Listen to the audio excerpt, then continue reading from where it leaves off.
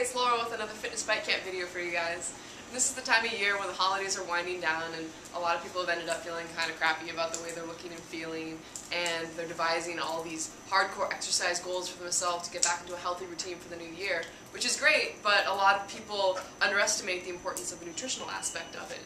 And there's a saying that you can't out-train the dinner table, which is completely true. And it basically means that no matter how hard or long or intense you exercise, if you're not burning more calories than you consume, you're not going to lose any weight. So today, instead of another workout video for you guys, we're in front of a grocery store and we're going to go inside and show you some examples that you can incorporate into your meal plan that will help, and also especially some on-the-go options, as well as showing you how to read labels, because there are a lot of big so-called healthy companies that may have one or two nutritional things like low fat or high fiber that look very attractive, but when you actually turn it around, they have all this added crap to them, like sugar and artificial sweeteners and tons of sodium and unrealistic serving sizes which mess with the caloric value. So it's pretty sneaky, and we're going to show you how to differentiate between the two. So let's go inside and we'll check out some examples.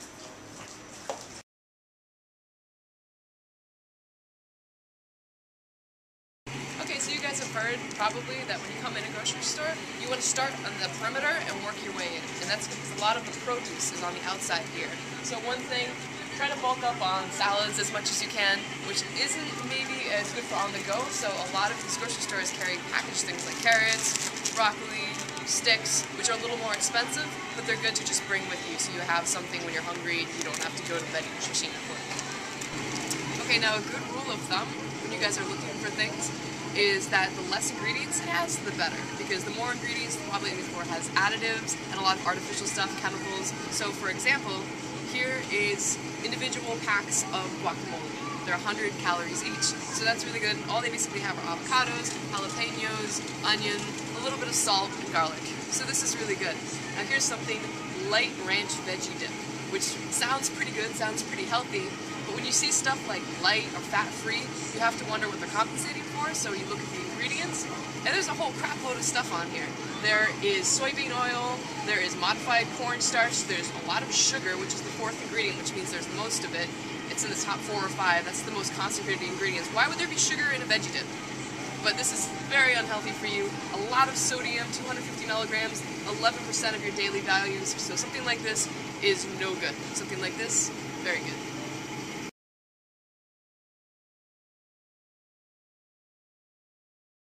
Okay, one great idea for a snack is kind of a trail mix type thing, especially if it has some dried fruits, some nuts, that type of thing. But trail mix can be one of the worst things if you don't check the ingredients. A lot of it can have tons of salt, tons of sugar, and the serving sizes are really ridiculous. So here's an example of a good one. It's basically just pumpkin seeds, sunflower seeds, dried cranberries, sesame sticks. It's got a little bit of sodium, it's got about 3%. The sugars are 7 grams, which is a little more, but that's because of the dried fruit. But basically when you look at the ingredients, it's just the things that are in there. Where here, this is called premium quality Swiss mix. Look how long the ingredients are. Look at all that stuff in there. There are basically about 3 or 4 different kinds of things in here, and there should not be that many ingredients. The cholesterol is not that bad. The sodium isn't even that bad, but the sugars are very high. It's 14%. Plus, there are all these chemicals in there. There's corn syrup. There's all different kinds of sugar. There's partially hydrogenated rapeseed. Anything that's partially hydrogenated, it's bad because it's basically trans fat. So, and also the serving size is 3 teaspoons. Who's going to eat 3 teaspoons of this? It's designed large, so you take these big handfuls. So it's designed to be unhealthy. This is 1/4 of a cup, so you get a lot more bang for your buck with this one, and it's light. One amazingly healthy, very, very filling option for on-the-go meal are sweet potatoes. So if you can find something that's individually wrapped like this, you don't have to do any baking. All you do is just pop it in the microwave 3 or 4 minutes, and it's ready to go. So this, even though it's a little more expensive than buying a bunch of them and roasting them, if you're short on time, this is a great, great option.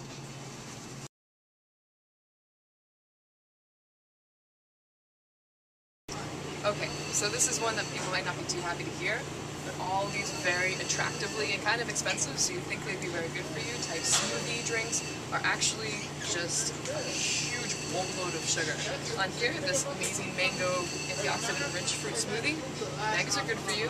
But this juice, this puree, has 35 grams of sugar for just a fourth of this. Just a fourth of this is 35 grams of sugar. You might as well just eat a bunch of candy bars. That's the same amount of sugar content. So even though these ingredients are healthy for you, you're better off than getting them in fruit form, because juice is basically just a watered down with tons of sugar. And ideally, when you're looking for juice or something that's going to be top of a smoothie, don't look for anything more than 5 grams of sugar.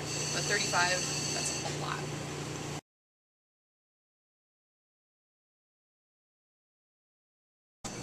Okay, in terms of deli meat, basically look for the least amount of sodium possible. So this has 190 milligrams, 8%. It's not that great, but it's not the worst. Something like Oscar Mayer, that's really, really bad. That has a whole lot of added ingredients. But here, at least turkey breast is here, turkey broth, there's a little bit of salt and added stuff. Ideally, try to get something freshly sliced for the week. That's your best bet. And then something like this, and then Oscar Mayer being the worst. Alright, patties are actually a pretty good way. Something you can bring to lunch with you. If you have a Foreman grill, you can cook them really easily. Make sure you get the right kind with only the ingredients of just meat. So, ground turkey, so really good ground turkey patties are great. Ground beef is good if you get it lean, like 85-15 here. It's also organic, which is much better for you. Make sure there's no antibiotics or anything like that in it. This is an example of what is horrible. It's breaded and cooked, and look at all the ingredients. And it even recommends you deep fry it, which is pretty gross. But this is deceiving because it looks like, look, 9 grams of protein, 0 grams of sugar. Doesn't look that bad, 220 grams of calories per patty, but look at all the crap they add to it. So sometimes when you're looking at the nutritional aspect, there will be a bunch of good things, but make sure you look at everything, because a lot of times everything will look good except for one aspect, and you just don't want all this extra stuff, like the sugar and the monosodium glutamate, the dextrose, corn flour. You just don't need it, and the hydrolyzed corn protein. All this stuff is non-necessary stuff that builds up and is fatty.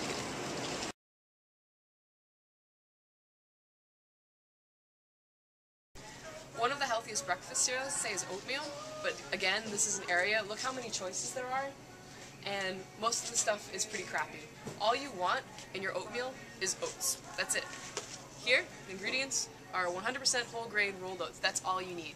Anything else you want to add, like cinnamon or peanut butter or anything like that, is fine, but don't buy something that already has added stuff to it, because that just destroys the nutritional value. So here, this has 7 grams of sugar in it.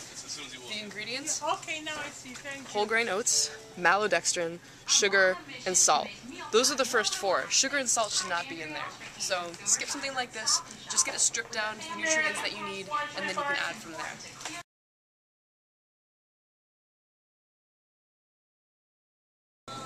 Okay, bread is one of the most confusing things to kind of figure out, because everybody's conditioned to know that 100% whole grain is healthy, which it is, but not if it's got a whole bunch of other stuff added to it. So we'll take an example of this Fiber One multigrain bread. And Fiber One is a very popular brand. I mean, people kind of have the name recognition that it sounds healthy. So you take a bread like this, 1 slice, which most people have 2 slices for sandwiches. 1 slice is 110 calories. So 2 slices is 220, plus 4 grams of sugar, and I can't even pronounce most of the stuff that are in these ingredients, so I'm not even going to try. But this is basically junk. Then we have something like Ezekiel bread, which not that many people are familiar with, but it's getting more popular and more readily available, where it's you have to find it in the freezer section, because there aren't a whole bunch of preservatives and crap in it. It's basically just sprouted wheat, sprouted barley, sprouted millet, lentils, and yeast and sea salt, and that's it. 1 slice is 20 calories, a whole lot less than 110, and also it has no sugars, and your body doesn't treat it, it doesn't have the insulin spike, it basically treats it as a long-running carbohydrate. So this is much, much healthier for you. Whenever you see anything that says multigrain, double check the ingredients. So that's kind of just a blanket way that people assume it's healthy, but if you look at all this stuff, most definitely not.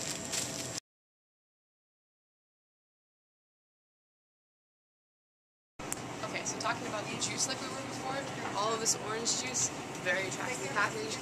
They kind of have it ingrained that the juice is good because of the vitamin C. You can get vitamin C from your multivitamins. You don't need all that extra sugar. So basically, juice is empty calories.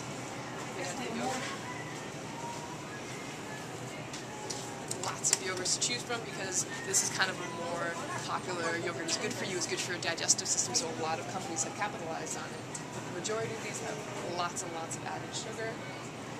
Greek yogurt is possible. Basically, one of the only healthy options that doesn't have a lot of crap added is Greek yogurt. I like this brand, Phage or Faya, and all that's in there is skim milk and the healthy bacteria. That's it. It's filling, it's got 19 grams of protein and 9 grams of sugar. That's the lactic sugar, that's natural. But then compare that like something to Activia or Dannon. Here we have fruit on the bottom, Dannon. The serving size is 150. It has 25 grams of sugar. This is like a glorified candy bar. So skip this. It may be sweet, but save this for something. Save your cheat meal for something healthy that you actually want to enjoy, not something that's marketed as being healthy. This is your best bet. Okay, another example, Activia. This is a very well-known brand that's kind of become synonymous with healthy. And it says, look, it helps regulate your digestive system, and it's low fat. So this is a perfect example where they give you a couple points that makes it sound healthy. But again, 19 grams of sugar, a whole bunch of unnecessary ingredients here. So basically, the point of this whole thing is that when you hear these trigger words like low fat or sugar free, that is basically code for that's the healthy point, but you should be suspicious when you hear things like that. Always check the ingredients. The less ingredients, the better. The less additives, the better. Basically try to get stuff in their natural state, make your own meals from there, and don't just look at the displays, because if you're shopping with your eyes and not with your knowledge, you're going to end up with a bunch of extra calories, which is defeating the good work you're doing in your exercises. So I hope this gave you a couple tips that you can put your meal plans together with, and if you guys ever have any questions, feel free to email us and we can help you out.